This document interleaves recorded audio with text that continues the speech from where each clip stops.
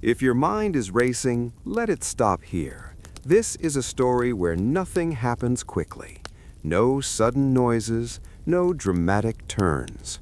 Just the slow, rhythmic breathing of a world rebuilding itself stone by stone. A boring history designed to help you fade into a deep, dreamless sleep. Listen to the rhythm and let the silence take over. The quiet after the storm. The dust settled slowly over the fields of Europe in the late 14th century, a quietude that stretched from the hamlets of East Anglia to the vineyards of Tuscany. The immediate crisis had passed, leaving behind a silence that was not empty, but rather filled with the slow, rhythmic breathing of a world beginning to reshape itself, stone by stone and field by field. It was a time when the price of grain began to fluctuate with a lethargy that mirrored the changing seasons, and the ledger books of merchants became filled with the scratching of quills, recording the shifting values of labor and land. In the years that followed the Great Pestilence, the heavy clay soil of the English Midlands sat unturned for longer periods, the weeds growing tall and green in the furrows where the plow had once passed with annual regularity. The sun rose and set over villages that were quieter now, where the wind moved through the eaves of thatched roofs with a soft rustling sound that seemed to whisper of continuity and the slow passage of time. There was a great stillness in the air, a heaviness that hung over the meadows where the cattle grazed with their heads low, chewing the cud in a rhythmic motion that marked the passing of the afternoon hours. The structure of society began to loosen, not with a sudden snap, but with the gradual easing of a knot that had been tied tight for centuries, allowing the threads of feudal obligation to slip and slide against one another. Men who had once been bound to the land found themselves looking at the horizon with a gaze that was steady and unhurried, calculating the distance to the next town where wages were rumored to be higher. The lords of the manors sat in their drafty halls, looking over the rolls of their estates, noting the vacancies in the tenancy lists with a dry and practical eye, realizing that the old ways of managing the harvest were no longer sufficient. They considered the sheep, the white and woolly flocks that drifted across the hillsides like low clouds, and they began to calculate the yield of wool against the cost of grain. The transition from arable farming to pastoral farming was a slow and gentle shift, a change in the color of the landscape from the golden yellow of wheat to the verdant green of pasture, a change that happened over decades of quiet decision-making. The sheep required less supervision than the crops, their needs simple and consistent, demanding only the watchful eye of a shepherd and his dog as they moved from one grazing spot to another. The wool trade began to expand, the heavy fleeces packed into bales and loaded onto carts that creaked along the muddy roads toward the ports, the wheels turning with a steady and hypnotic rotation. In the guild halls of the cities, the masters and apprentices continued their work, the rhythmic tapping of hammers and the sliding of shuttles in the looms, creating a backdrop of industry that was constant and reassuring. The Statute of Laborers was written on parchment in the year 1351, a legal attempt to freeze wages at pre-plague levels, and the scribes wrote the words with careful precision, the ink drying slowly on the animal skin, preserving the futile attempt to stop the economic tide. The law was read in the market squares, the voice of the crier drifting over the heads of the listeners, words that were heard and acknowledged, but ultimately absorbed into the quiet resistance of daily life. The stonemasons continued their work on the great cathedrals, their chisels chipping away at the limestone and granite, creating the perpendicular style that emphasized vertical lines and vast windows of glass. The dust from the stone floated in the shafts of sunlight that pierced the incomplete naves, settling on the floor where the faithful would one day kneel. The glass was stained with colors of ruby and sapphire, leaded together with patience and care, filtering the light into a soft and colored haze that induced a sense of calm and reverence. In the countryside, the hedgerows grew thick with hawthorn and blackberry, dividing the fields into new enclosures, the boundaries marked by the slow growth of wood and leaf. The seasons turned with their inevitable cycle, the winter frost giving way to the spring thaw, the ground softening and releasing the scent of damp earth and decaying leaves. The rivers flowed with a steady current, the water moving over stones and around the bends of the banks, carrying the fallen branches and the silt downstream to the sea. The mill wheels turned in the water, the wooden paddles catching the flow and transferring the energy to the heavy grindstones that crushed the grain into flour, a low rumble that could be heard for miles in the stillness of the rural landscape. The bakers kneaded the dough in the early hours of the morning, the flour dusting their hands and aprons, the heat of the ovens warming the air as the bread rose and browned. The smell of baking bread drifted through the narrow streets of the towns, a comforting aroma that signaled the start of another ordinary day. The merchants tallied their accounts, moving beads on the abacus with a click and a slide, balancing the credits and the debts, the profit and the loss. The ships sailed from the harbors, their sails catching the wind, moving slowly across the horizon toward the markets of Flanders and the Baltic, carrying the wool and the cloth, the timber and the wine. The sailors watched the stars at night, the constellations wheeling overhead in the vast dark dome of the sky, guiding them across the trackless water.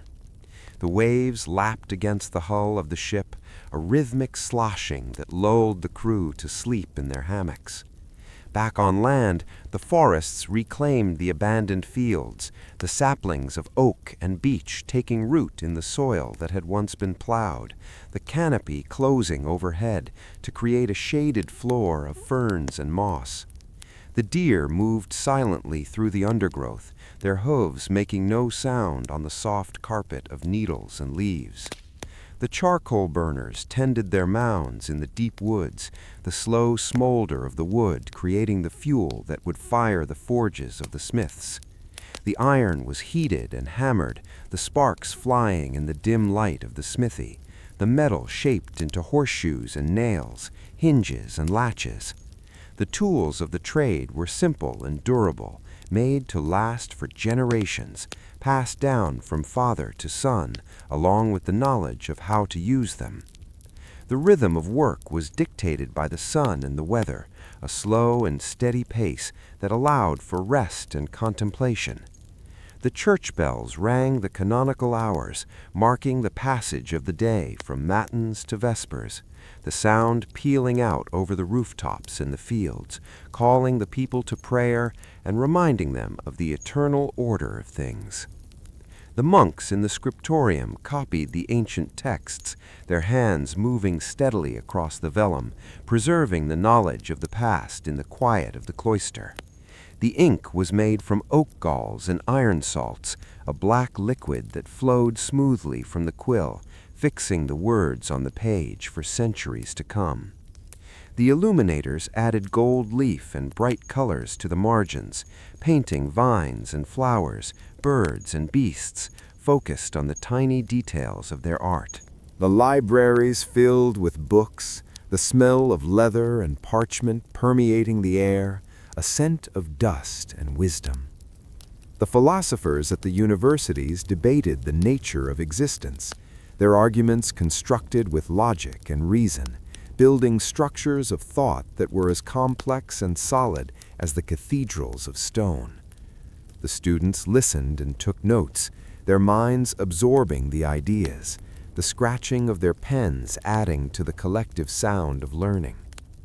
The economy slowly recovered, the wages of the laborers rising as the demand for workers outstripped the supply, leading to a golden age for the peasantry, where meat and ale became more common on the table. The diet improved, the people grew stronger, and the population began to recover its numbers, a slow upward curve on the demographic charts. The houses were improved, the wattle and daub replaced by timber frames and brick, the chimneys added to carry the smoke away, making the interiors cleaner and warmer. The furniture was heavy and solid, made of oak and elm, chests and tables that stood firm on the rush-covered floors. The tapestries hung on the walls to keep out the drafts, woven with scenes of hunting and hawking, of mythology and scripture. The fire crackled in the hearth, the logs burning down to glowing embers, casting a warm and flickering light on the faces of those who sat around it. The stories were told in low voices, tales of the old days, of heroes and saints, passed down through the oral tradition. The night deepened, the candles burned low, the wax dripping down the sides of the brass holders. The world outside was dark and quiet, the only sound the wind in the trees and the hoot of an owl. The sleep that came was heavy and dreamless, a restoration of the body and the mind, a preparation for the next day of slow and steady work. The cycle continued, year after year, decade after decade, the events of the past fading into history, becoming lines in a chronicle, dates in a record. The legacy of the time was not in the drama of the event, but in the quiet reshaping of the world that followed, the slow evolution of rights and responsibilities, the gradual improvement in the standard of living. The wool trade continued to dominate the economy, the fleeces of the English sheep prized across the continent, the wealth it generated building the parish churches that still stand today. The stone towers rose above the trees, landmarks for the travelers who walked the roads, visible from miles away. The graveyards were quiet places, the grass growing over the mounds, the stones weathered by the rain and the wind, the names fading, but the peace remaining. The great silence that had fallen over the land became a canvas for a new picture, painted with the muted colors of recovery and resilience. The rivers continued to flow to the sea, the tides rising and falling with the pull of the moon, the water washing against the shores of the island. The ships came and went, the seasons turned, the crops were sown and harvested, the sheep were shorn, the wool was woven. The great wheel of time turned slowly, imperceptibly, grinding down the mountains and filling in the valleys, a process that had no beginning and no end. The people lived their lives within this slow rhythm, finding meaning in the small details of their existence, in the warmth of the sun, the taste of the bread, the sound of the rain. The documentation of the era lies in the manorial rolls, the court records, the wills and the testaments, dry and dusty papers that tell the story of ordinary lives lived in an extraordinary time. The handwriting is cramped and difficult to read, the Latin abbreviations obscure, but the message is one of continuity. The taxes were collected, the disputes were settled, the inheritance was passed on. The fabric of society was woven from these millions of small threads, each one insignificant on its own, but together creating a tapestry that was strong and enduring. The silence of the library where these records are kept is the same silence that fell over the fields 600 years ago, a silence that invites contemplation and rest. As the centuries passed, the innovations in agriculture, such as the three-field system, gave way to more complex rotations. Legumes were planted to restore nitrogen to the soil, a chemical process that happened silently beneath the surface of the earth. The roots of the clover and the vetch reached down into the dirt, fixing the nutrients, preparing the ground for the next crop of wheat or barley.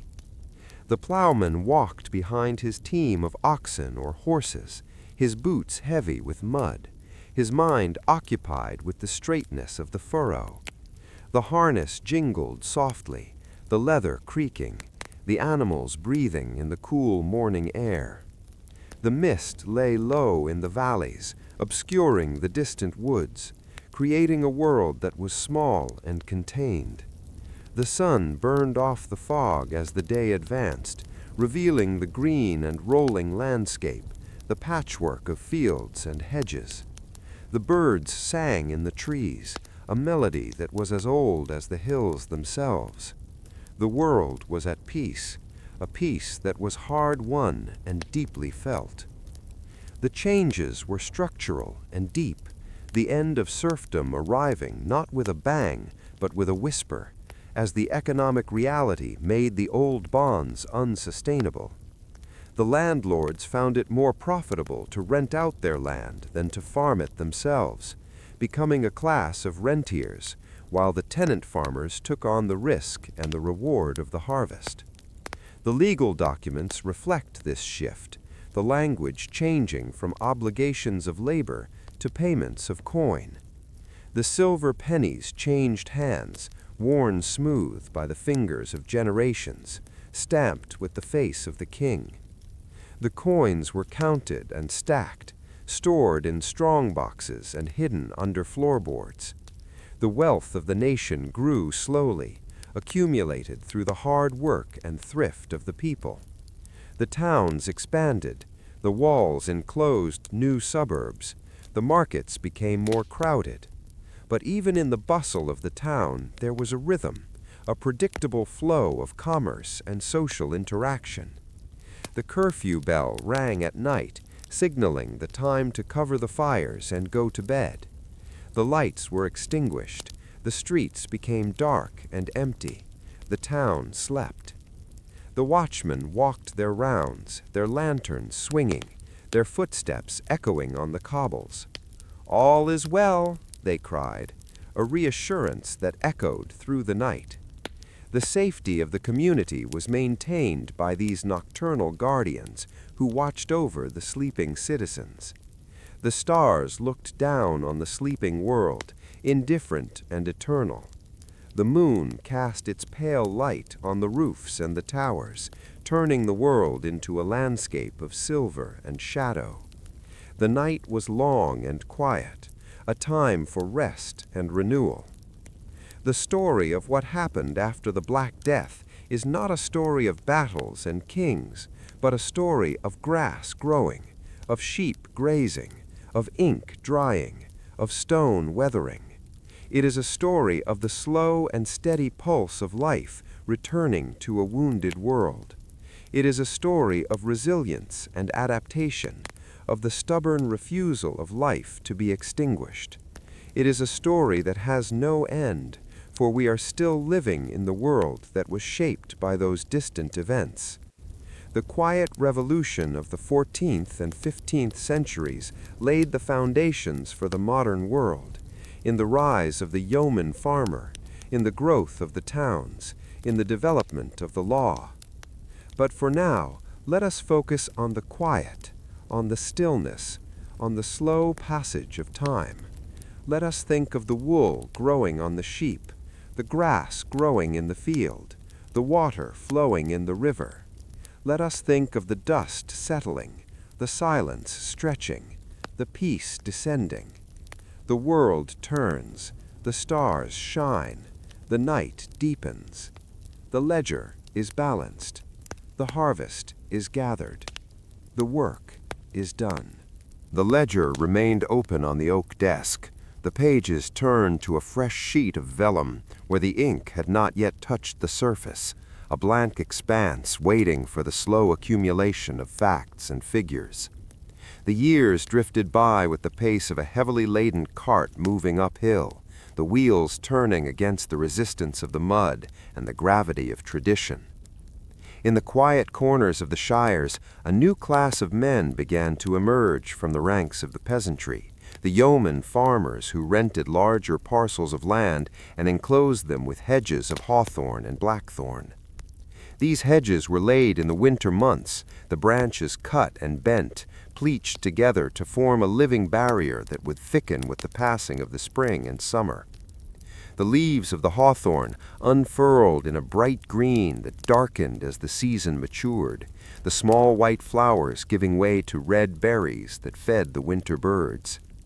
The thrushes and the blackbirds nested in the dense interior of the hedges, their songs becoming part of the background noise of the countryside, a constant and repetitive melody. The yeomen walked the boundaries of their land, checking the ditches and the banks, ensuring that the water drained away from the crops and into the streams. The drainage of the fenlands began in earnest, a slow and laborious process of digging channels and building sluices, reclaiming the peat and the silt from the water. The dark soil of the fens was rich and fertile, yielding heavy crops of oats and barley that were threshed in the great barns of the monasteries.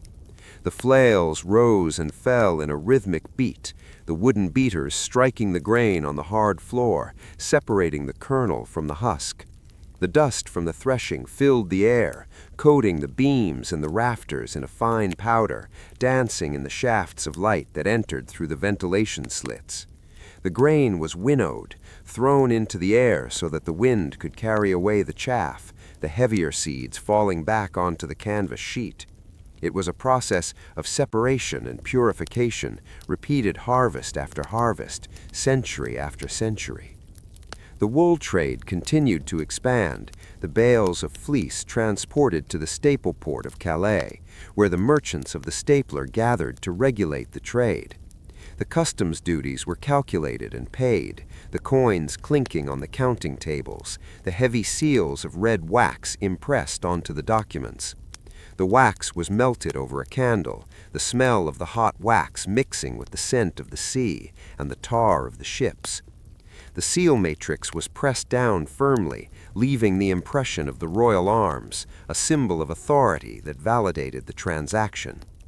The ships waited in the harbor for the tide to turn, the water rising slowly against the pilings of the wharf, lifting the hulls until they floated free of the mud.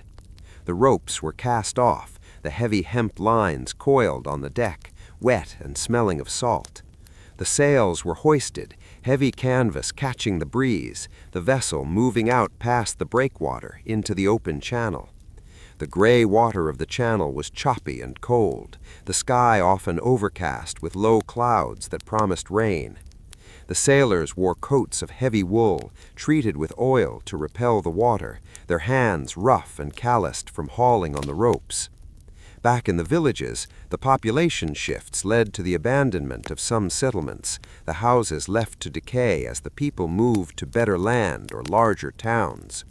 The thatch rotted and fell in, the timber frames weathered and bleached by the sun, the walls crumbled back into the earth from which they were made. The nettles and the brambles grew over the hearths, the roots of the trees pushed up the flagstones, the silence reclaiming the space where families had once lived.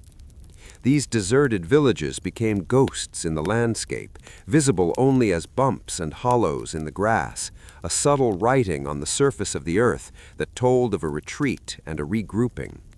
The sheep grazed over these lost homes, their hooves compacting the soil, oblivious to the history beneath their feet. The wool from these sheep was spun into yarn by the women in the cottages, the spinning wheels turning with a low hum, the treadle moving up and down in a steady rhythm. The yarn was wound onto bobbins and taken to the weavers, who sat at their looms in the light of the window, throwing the shuttle back and forth. The cloth was woven in long bolts, measured by the ell, inspected for quality and consistency. The fuller took the cloth and soaked it in water and clay, pounding it with wooden hammers or trampling it with their feet to thicken the fabric and bind the fibers. The smell of the fulling mill was pungent and earthy, a place of dampness and hard work. The cloth was then stretched on tenterhooks to dry in the sun, the long rows of fabric creating colored lines across the drying fields. The dyers worked with their vats of liquid, extracting colors from nature, woad for blue, madder for red, weld for yellow.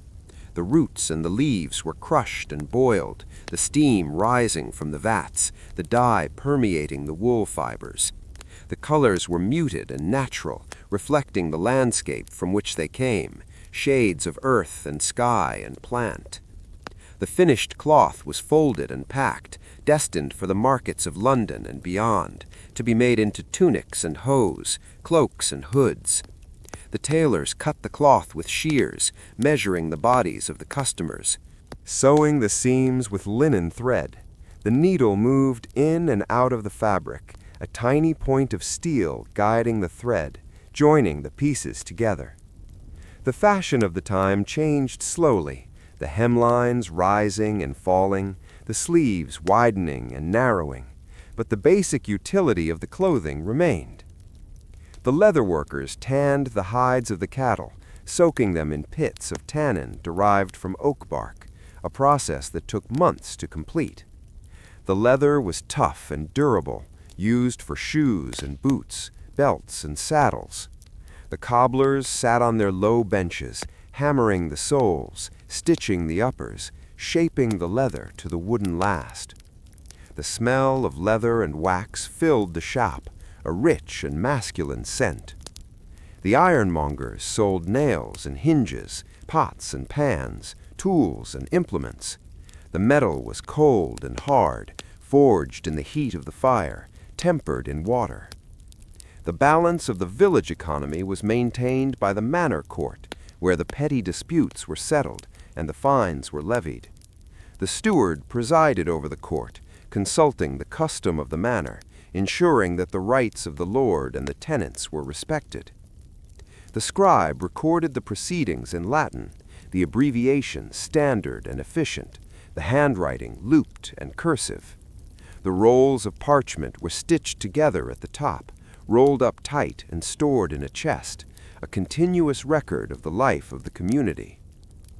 The copyhold tenants held their land by the copy of the court roll, a piece of parchment that was their title deed, their security in a changing world.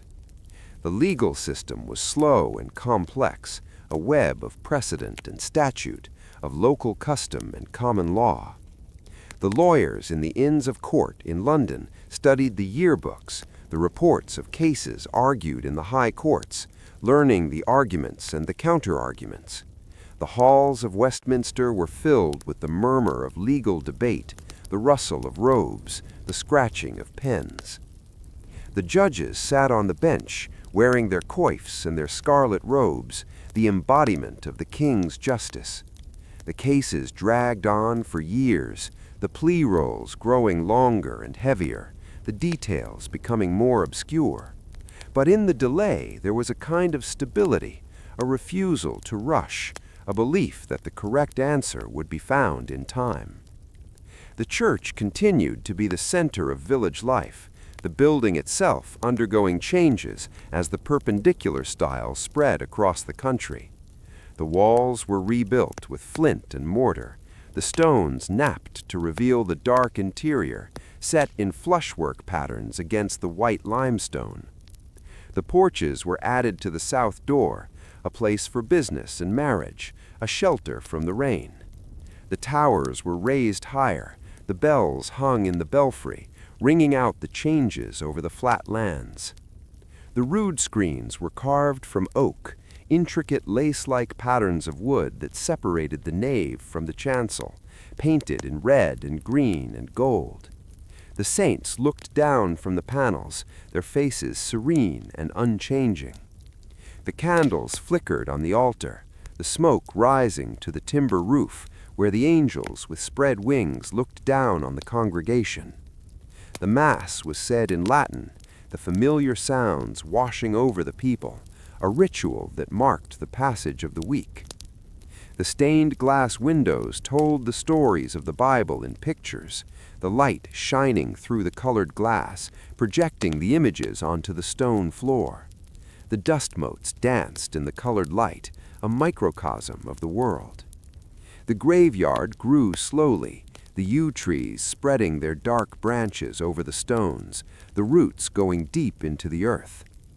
The seasons turned, the winter snow covering the graves in a blanket of white, the spring flowers pushing up through the grass. The cycle of birth and death was accepted as the natural order. The ledger and the land. A rhythm that could not be broken. The astronomers watched the skies, charting the movement of the planets, predicting the eclipses, creating almanacs that told the farmers when to plant and when to bleed. The knowledge of the stars was ancient and revered, a link between the heaven and the earth. The libraries of the colleges at Oxford and Cambridge grew, the chained books resting on the sloping desks, the pages worn by the fingers of generations of scholars. The debates in the lecture halls were formal and structured, the syllogisms constructed with care, the logic pursued to its ultimate conclusion. The quiet of the quadrangle was broken only by the sound of footsteps on the gravel and the chiming of the clock. The water in the River Cam flowed past the colleges, green and slow, reflecting the willow trees and the stone bridges. The punts moved silently on the water, the poles pushing against the riverbed, the ripples spreading out to the banks. The swans glided on the surface, white and regal, their feathers unruffled. The peace of the academic life was a reflection of the peace that had settled on the land, a time for thought and consolidation.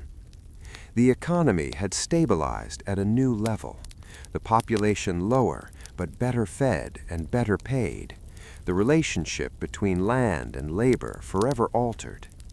The great estates were managed with a new efficiency, the accounts audited with care, the profit margins calculated. The forests were managed for timber and game, the coppices cut on a rotation to provide poles and firewood. The deer parks were enclosed with high fences, the venison reserved for the Lord's table. The poachers moved silently in the moonlight, their snares set in the runs, their dogs silent at their heels. The gamekeepers watched and waited, the eternal conflict between the owner and the taker playing out in the dark woods. The owl flew on silent wings, hunting the mouse in the long grass. The badger emerged from its set, sniffing the air, moving heavily through the undergrowth. The night was a busy time for the creatures of the wood, a world of scent and sound that the humans rarely saw. The dawn chorus began with a single bird, joined by another and another, until the air was filled with song. The sun rose in the east, painting the sky in shades of pink and gold, the light touching the tops of the trees and the spires of the churches. The mist lifted from the river, revealing the water flowing steadily to the sea. The day began again, the work resumed, the slow and steady pulse of the world beating on. The stone walls stood firm, the mortar hard and dry. The iron beams held up the roof, the wood seasoned and dark.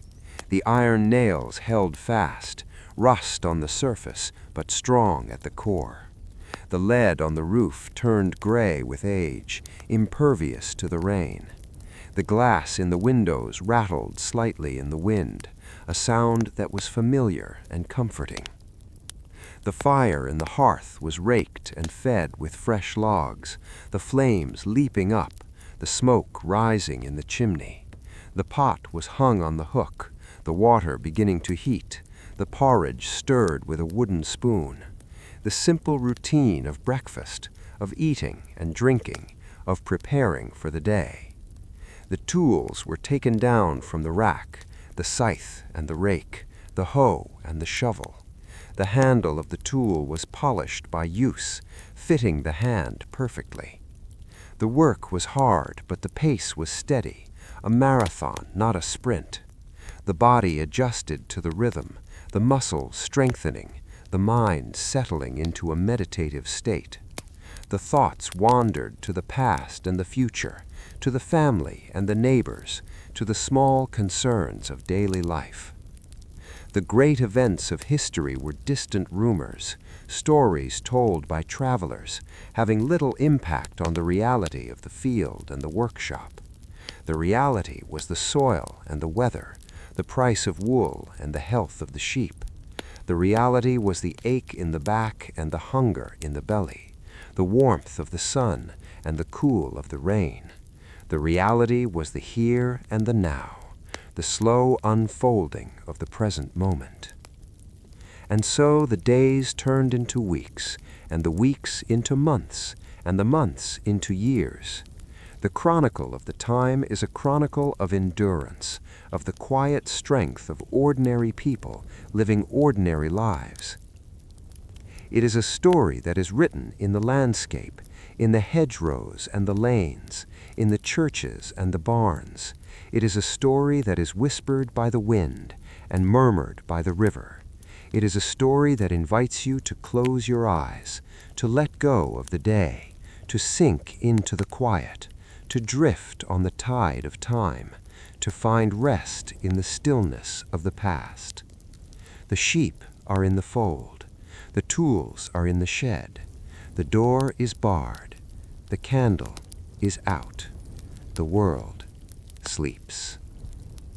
The river and the wheel. The river moved through the lowlands with a lethargy that suggested it had nowhere particular to go, the water brown and opaque with the silt of the upriver estates. The barges drifted downstream, guided by men with long poles of ash who pushed against the riverbed with a slow and repetitive motion, the wood of the pole wet and slick in their hands. The cargo was piled high, stacks of firewood and sacks of charcoal, barrels of salted herring and bales of hay, all moving toward the town at the pace of the current. The water lapped against the sides of the flat-bottomed boats, a gentle slapping sound that was the only noise in the quiet afternoon. The willows trailed their branches in the water, the green leaves drifting on the surface, caught in the eddies and the swirls. The heron stood motionless on the bank, a statue of gray and white, watching for the movement of a fish in the shallows. The boatmen exchanged few words, their communication limited to a nod or a gesture, the work understood and internalized over years of travel. The journey was measured not in miles, but in the number of bends in the river, the landmarks of old trees and ruined mills marking the progress. The town appeared in the distance, a cluster of roofs and chimneys rising above the stone walls, the smoke from the fires drifting up to join the clouds. The gates of the town were open, the heavy wooden doors pushed back against the stone, the iron hinges rusted and stiff.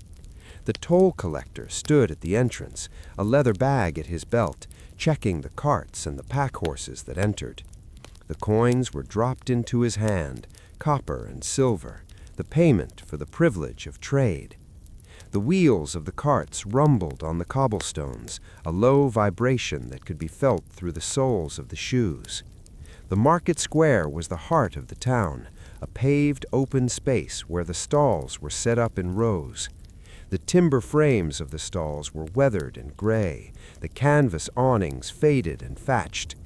The merchants laid out their goods with care, arranging the apples and the pears, the onions and the turnips. The cheese was stacked in wheels, the rinds yellow and hard, the smell sharp and savory. The butter was wrapped in cloth, kept cool in earthenware pots. The poultry hung by their feet, the feathers ruffled by the breeze. The transactions were slow and deliberate, the haggling a ritual that was expected and enjoyed. The weights were placed on the scales, the brass glowing in the dull light, the balance arm tipping slowly until it was level. The coins were counted out, the metal clinking on the wood. The scribe sat at a small table, writing letters for those who could not write, his pen scratching across the paper. The ink was black and permanent, the words formulated with polite phrases and formal greetings. The guilds regulated the crafts, ensuring that the quality was maintained and the prices were fixed. The master craftsman watched his apprentices, correcting their mistakes with a stern word or a cuff on the ear. The carpenter planed the wood, the shavings curling up from the blade, the smell of fresh resin filling the air. The joinery was precise, the mortise and tenon fitting together with a tight seal, the dowels driven home with a wooden mallet. The furniture was built to last, heavy tables and chairs that would serve for generations. The cooper made the barrels, heating the staves over a fire to bend them, driving the iron hoops down with a hammer and a driver. The sound of the hammer on the iron rang out, a metallic note that echoed off the stone walls. The watertight seal was tested, the barrel filled with water and checked for leaks.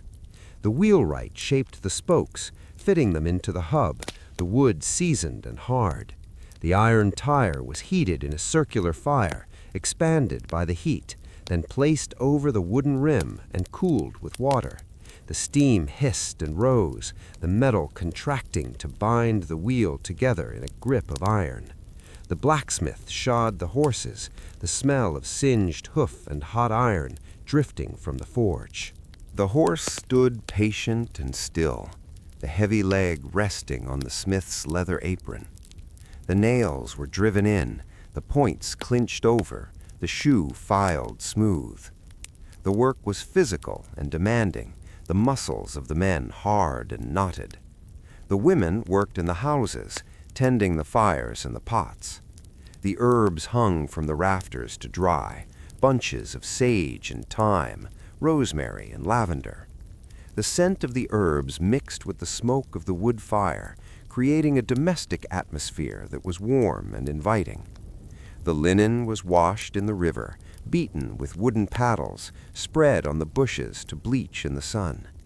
The sheets were white and crisp, folded and stored in chests with sachets of lavender to keep away the moths. The floors were swept with brooms of birch twigs, the dustpan emptied into the midden.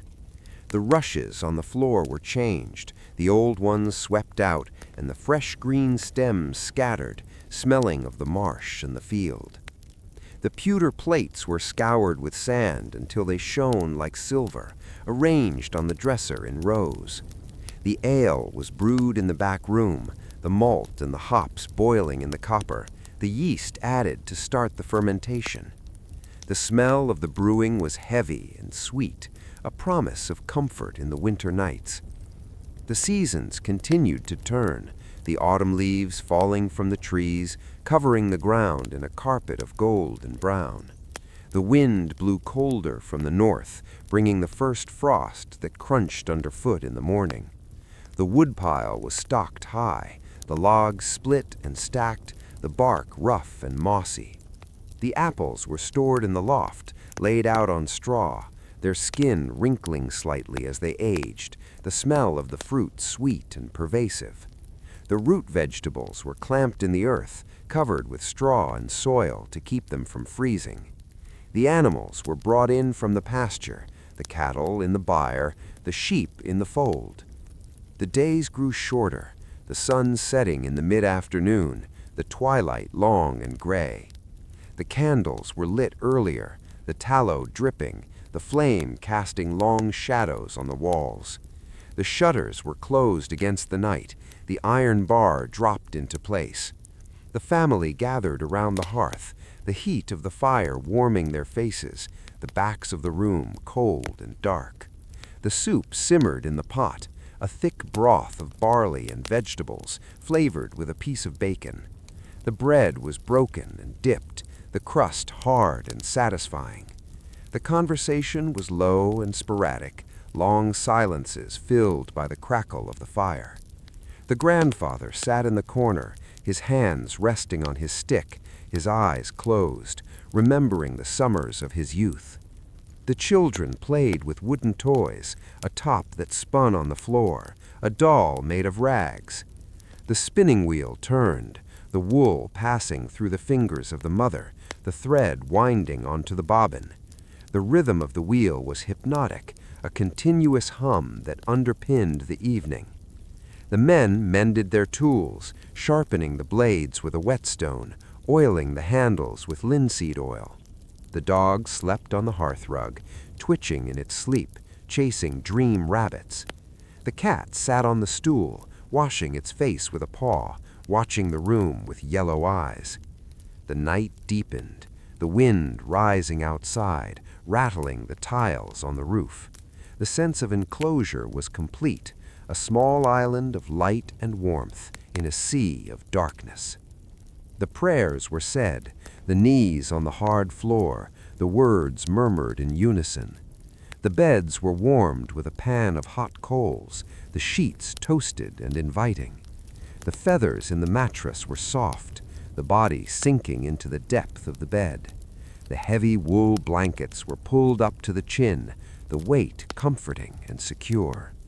The sleep came quickly, a deep and restorative slumber that lasted until the rooster crowed in the dark of the morning.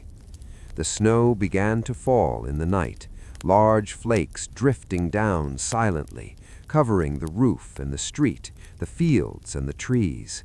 The world awoke to a landscape of white, the sounds muffled and soft.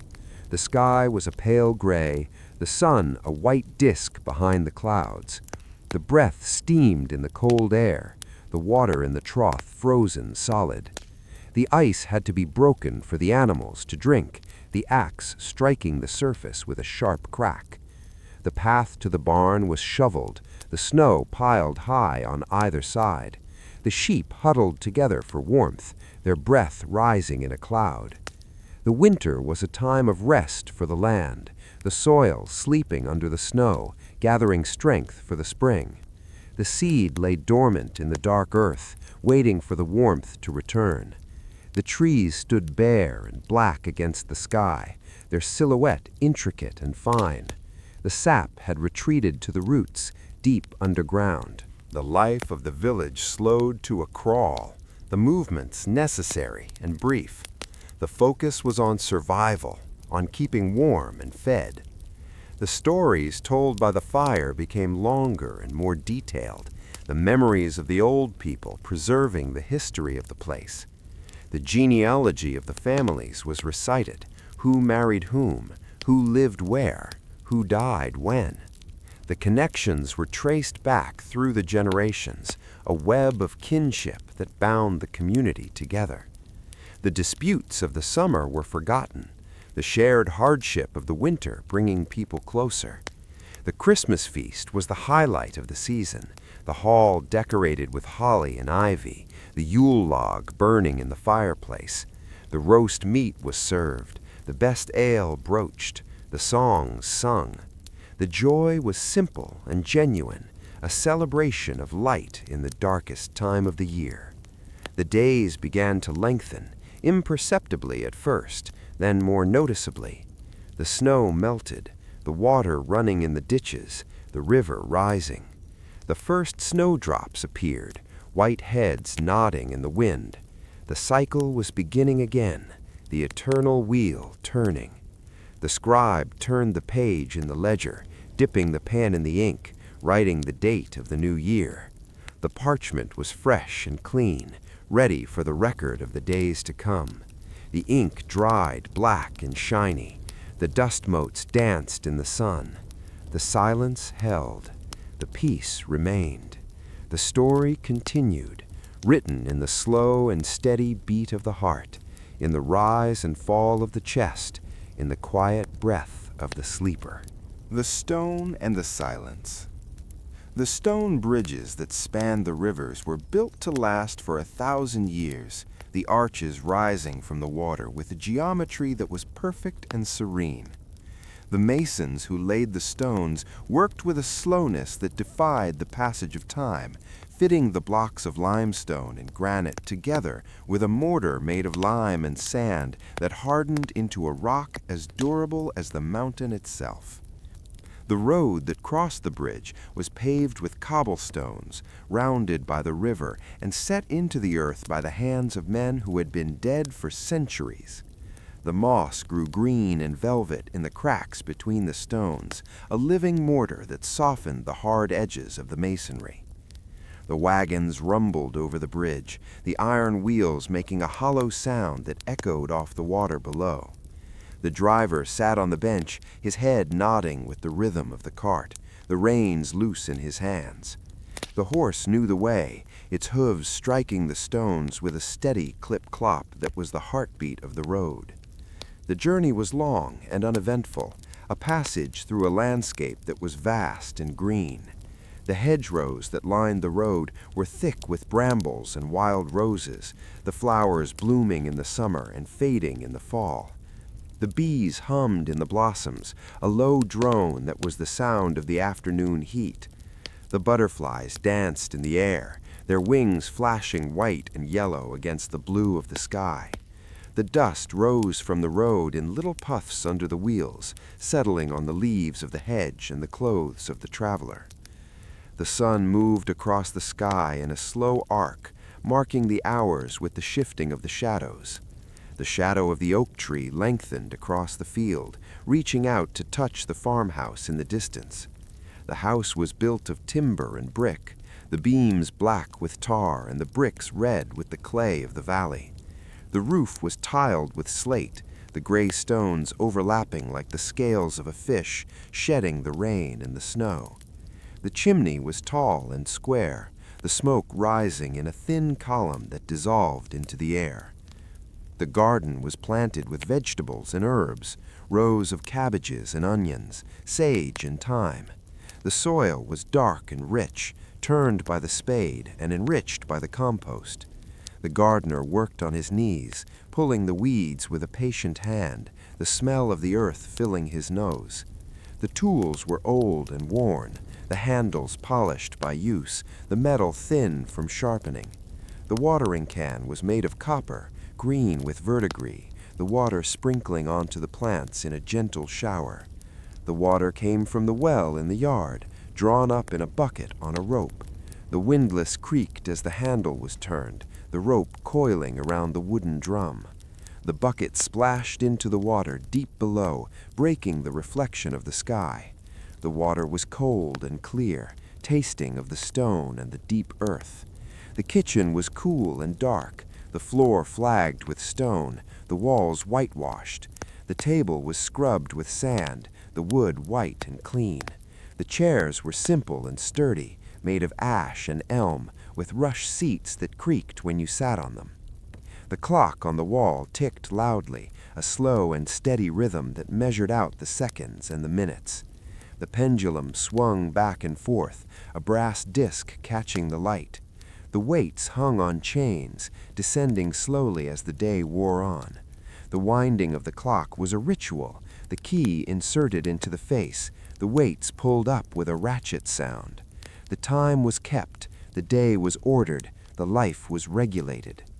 The seasons passed outside the window, the view changing from green to gold to white to green again. The trees in the orchard grew gnarled and old, their branches laden with fruit in the autumn.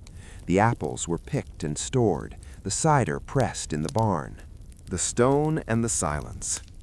The smell of the fermenting juice was sharp and sweet, the yeast working in the barrels. The cider was drunk in the winter, a taste of the summer sun in the dark days. The wool trade continued to bring wealth to the region, the merchants building great houses with the profits of the fleece. The windows were glazed with diamond panes of glass, the lead cames holding them in place. The light that entered the room was soft and distorted, a watery illumination that was kind to the eyes.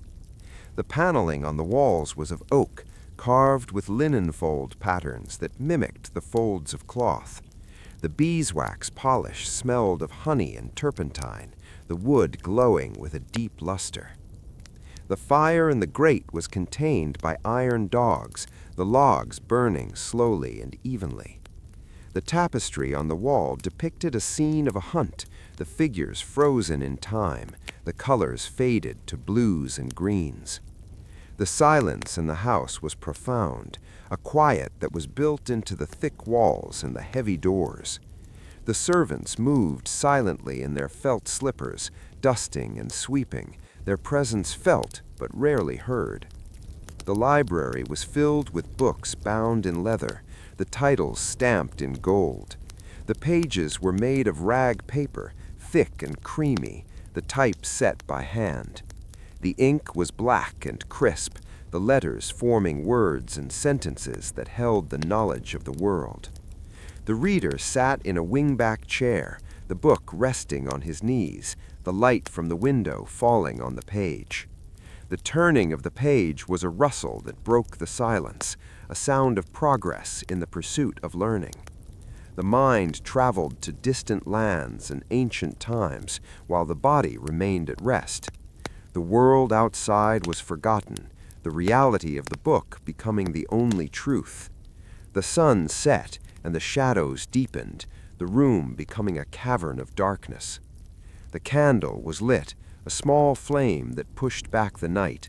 The wax dripped down the side of the candle, forming a pool on the brass holder. The flame flickered in the draught, casting moving shadows on the walls. The reader closed the book, the leather cover meeting with a soft thud. The glasses were removed and placed on the table, the eyes rubbed with a tired hand. The day was done, the knowledge absorbed, the mind ready for rest. The stairs creaked as the footsteps ascended, the wood settling for the night. The bedroom was cold, the air fresh and still. The bed was high and curtained, a room within a room.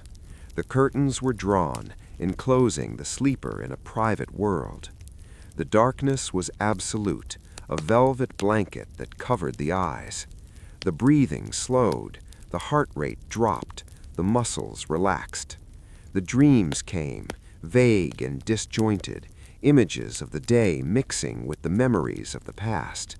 The sleep was deep and dreamless, a hiatus in the consciousness, a time of repair. The morning came with the light of the dawn, a gray illumination that grew slowly into day. The birds began to sing, a chorus that started with a single note and swelled into a symphony. The rooster crowed, a harsh sound that cut through the morning air. The cows were milked in the barn, the milk steaming in the pail. The cream rose to the top, thick and yellow, skimmed off to make butter. The churn was turned, the wooden paddles beating the cream until it separated into butter and buttermilk. The butter was washed and salted, patted into shape with wooden paddles. The taste was rich and creamy, spread on the fresh bread. The life of the farm continued, a cycle of production and consumption that was self-sufficient and complete. The market town was the hub of the district, the place where the surplus was sold and the necessities bought. The carrier's cart went to town once a week, the canvas cover protecting the goods from the rain. The driver knew every pothole in the road, every bend and every hill. The stone and the silence. The horses were strong and patient, pulling the load with a steady effort. The harness was oiled and polished, the brasses shining on the forehead of the horse. The town was busy on market day, the streets crowded with people and animals. The noise was a hum of voices and footsteps, a background sound that was constant and reassuring. The stalls were set up in the square, the canvas awnings flapping in the breeze. The smell of the market was a mixture of animals and food, of spices and leather. The cloth merchant measured the fabric against the ell, the wooden stick worn smooth by use. The scissors cut the cloth with a rasping sound, the fibers parting under the blade. The money changed hands, the coins warm from the pocket. The deal was struck, the hands shaken, the bargain made. The tavern was full of farmers, drinking ale and eating pie, talking of the price of corn and the weather. The smoke from the pipes filled the air, a blue haze that hung over the tables. The fire roared in the hearth, the logs cracking and spitting. The dog lay under the table, hoping for a crumb to fall. The evening came, and the market closed, the stalls dismantled and packed away. The carts trundled home in the twilight, the lantern swinging on the back. The town grew quiet, the streets empty, the lights in the windows going out one by one. The watchman walked his beat, his lantern casting a pool of light on the cobbles. The church clock struck the hour, the bell tolling out over the rooftops. The sound faded into the silence, the vibration dying away in the air. The night was dark and starry, the moon a silver crescent in the sky. The river flowed through the town, the water black and oily, reflecting the lights on the bank. The water moved under the bridge, around the pilings, out into the open country. The sound of the water was a constant whisper, a lullaby that never ended. The fields were silent under the moon, the sheep sleeping in the fold. The owl hunted in the woods, a silent ghost on white wings. The mouse scurried in the grass, a tiny heartbeat in the vast night. The fox moved through the hedge, a shadow among shadows. The natural world was awake in the darkness, a secret life that went on while the humans slept. The earth turned on its axis, the stars wheeling overhead. The constellations marked the seasons, the hunter and the bear, the swan and the bull. The astronomers in their towers watched the sky, charting the movement of the planets with their brass instruments. The astrolabe measured the altitude of the stars, the quadrant calculated the angles. The mathematics of the heavens were complex and beautiful, a divine order that governed the universe. The numbers were written in the books, the calculations checked and rechecked.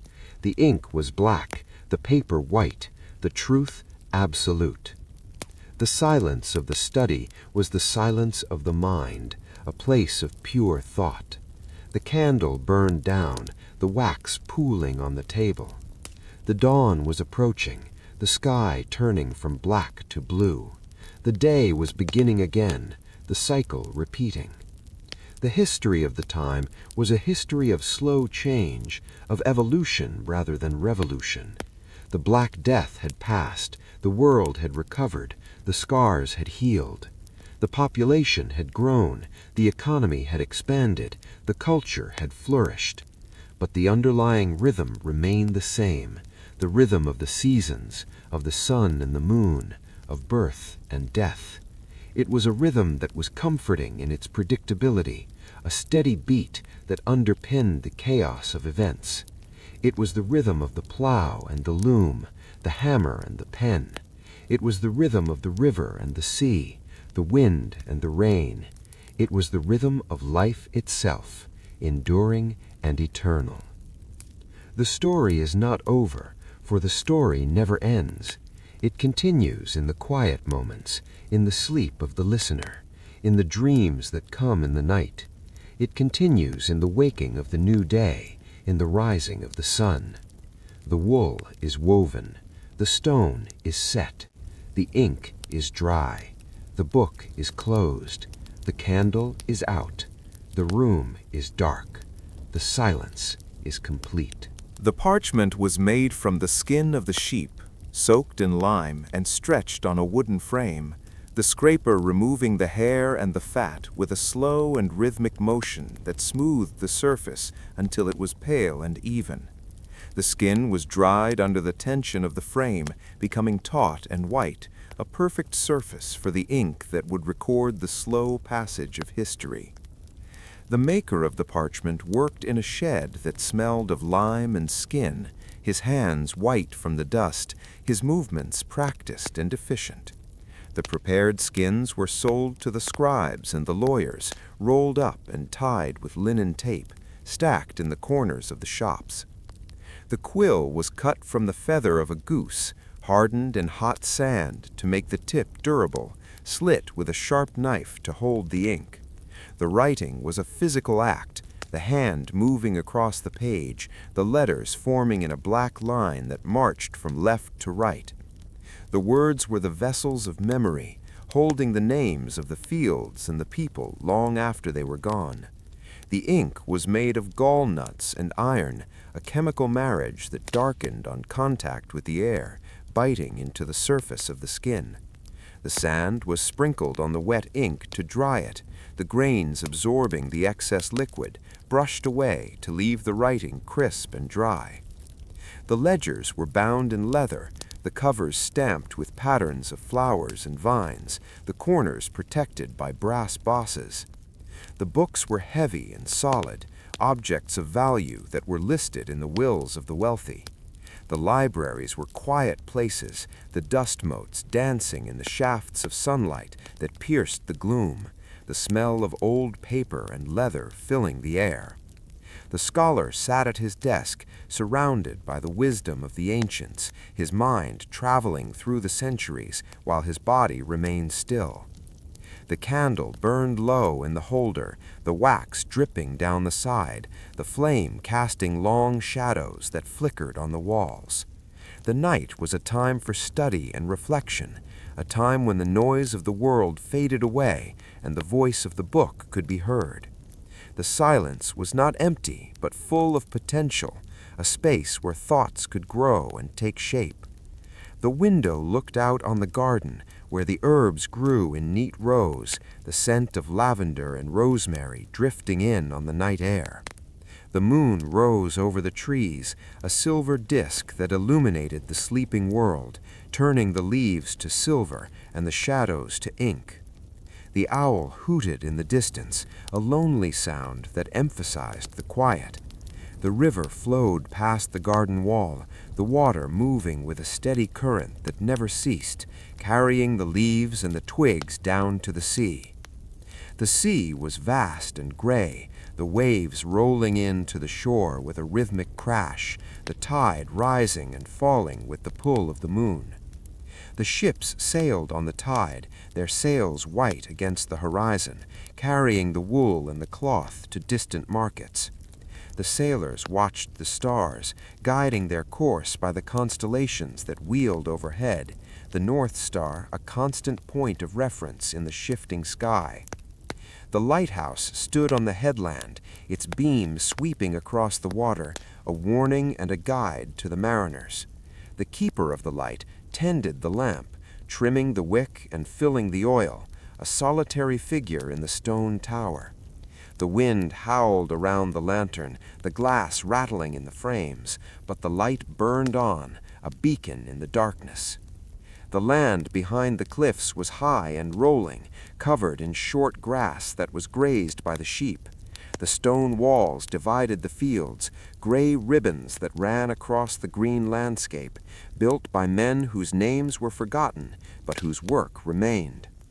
The wind blew over the walls, whistling through the cracks, a sound that was old and familiar.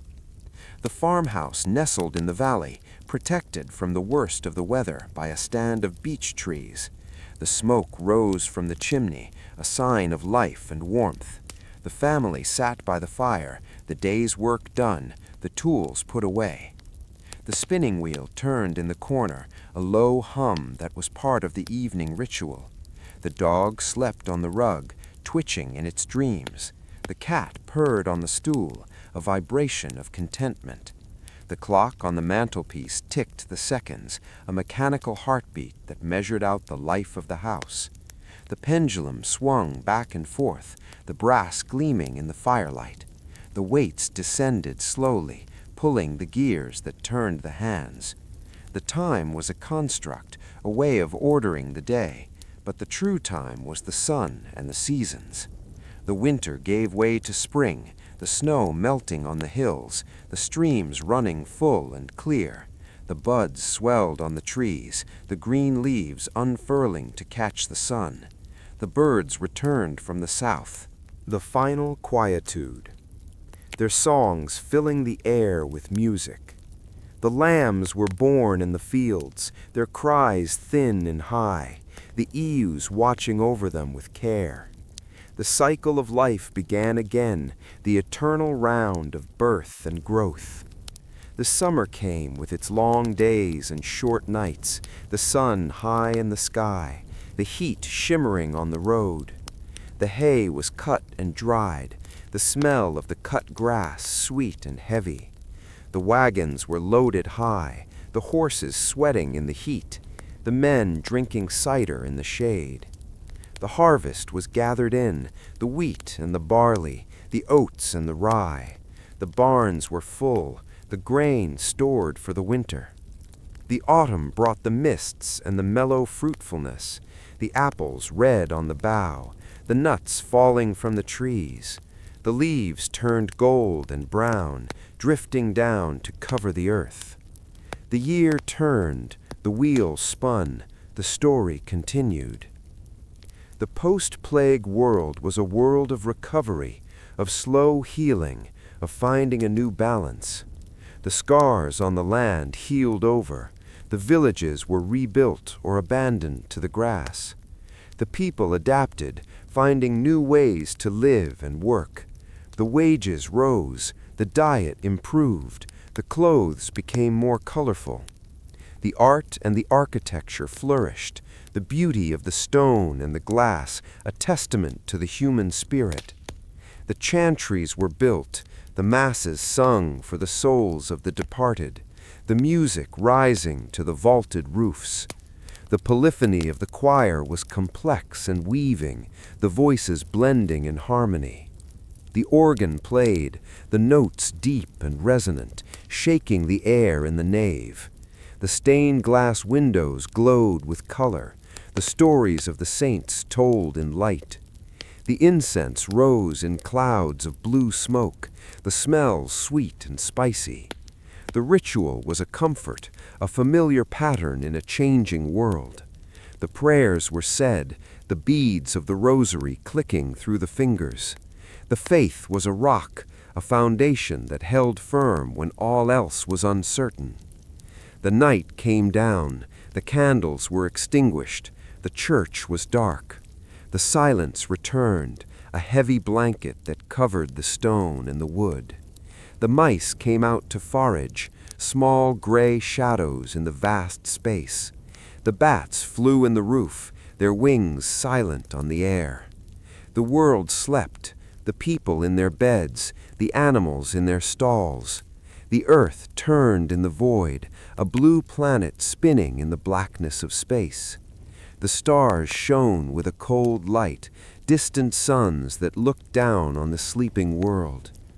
The history of the time is written in the silence, in the pause between the breaths, in the quiet of the night. It is a story of endurance, of patience, of the slow and steady accumulation of days. It is a story that has no end, for the past is always with us, in the soil and the stone, in the blood and the bone. The wool is spun, the cloth is woven, the garment is made, the work is finished. The hands are still, the eyes are closed, the breath is slow, the heart is quiet, the mind is empty, the sleep is deep, the peace is absolute, the night is long, the rest is earned, the silence holds, the world drifts, the stars watch, the time stops. The wheel of the mill turned with a groan that was felt rather than heard, the wooden paddles slick with algae and water, lifting the river and dropping it back into the stream with a splash that was constant and rhythmic. The axle was made of a single trunk of oak, seasoned for years until it was hard as iron, turning in a socket of stone that was greased with animal fat to reduce the friction. The heavy grindstones inside the mill house revolved against one another, the upper stone floating on a cushion of air and grain above the nether stone, crushing the wheat into a fine white powder that drifted through the air like a dry mist. The miller stood by the chute, his clothes dusted with flour, his face pale in the dim light, checking the texture of the meal between his thumb and forefinger. The sacks were piled against the wall, heavy and round, waiting for the carts to take them to the bakery, where the dough would be mixed and kneaded. The water that powered the mill flowed on down the valley, moving through the reeds where the ducks nested, their feathers camouflaged against the brown and green of the bank. The willows bent over the water, their roots drinking deep from the saturated soil, their branches swaying in the breeze that blew from the west. The clouds moved across the sky in a slow procession, white ships sailing on a blue ocean, casting shadows that raced across the grass of the meadows. The sheep grazed in the open fields, their heads down, tearing at the grass with a sound that was crisp and steady. The shepherd sat on a stone, his dog at his feet, whittling a piece of ash wood with a small knife, shaping it into a whistle or a spoon. The wool of the sheep was thick and oily, shedding the rain that fell in sudden showers, keeping the skin beneath dry and warm. The shearing time was approaching, the season when the heavy fleeces would be clipped and rolled, the white harvest of the hills. The wool would be washed in the stream, the grease and the dirt floating away, leaving the fibers clean and soft. The spinning wheels in the cottages would turn late into the night, the thread drawing out from the distaff, twisting and winding onto the spindle. The rhythm of the work was the rhythm of the life, a cycle that repeated year after year without fail. The weaver sat at his loom, the shuttle flying back and forth between the warp and the weft, the cloth growing inch by inch under his hands. The pattern was simple and sturdy, a weave that would last for years, made into tunics and cloaks that would protect against the wind and the cold. The dyer plunged the cloth into the vat, the smell of the mordant sharp in the air, the color taking hold of the fiber and transforming it. The blue of the wode was the color of the sky, the red of the madder was the color of the earth, the yellow of the weld was the color of the sun. The cloth was hung to dry in the fields, long banners of color that flapped in the wind, a signal of industry and prosperity. The merchant rode his horse along the muddy road, his saddlebags heavy with coin and samples, his mind full of prices and profits. The market town was the destination, the place where the goods of the country met the gold of the city. The guild hall stood in the center of the town, a building of timber and stone, the symbol of the organized trade. The masters met in the great hall, discussing the regulations and the standards, ensuring that the quality was maintained. The apprentices swept the floors and fetched the ale, listening to the talk of their elders, learning the secrets of the craft. The church bell rang the curfew, the sound pealing out over the rooftops, signaling the end of the day. The fires were covered, the lights were extinguished, the town settled down to sleep. The watchman walked the walls, his lantern swinging, looking out into the darkness of the surrounding country. The stars wheeled overhead, the constellations marking the passage of the night, the great bear and the hunter moving slowly across the dome of the sky. The moon rose, a pale coin that bathed the world in silver light, turning the river into a ribbon of mercury. The owl flew on silent wings, hunting the mouse in the stubble of the cornfield. The fox moved through the hedgerow, a shadow among shadows, seeking its prey.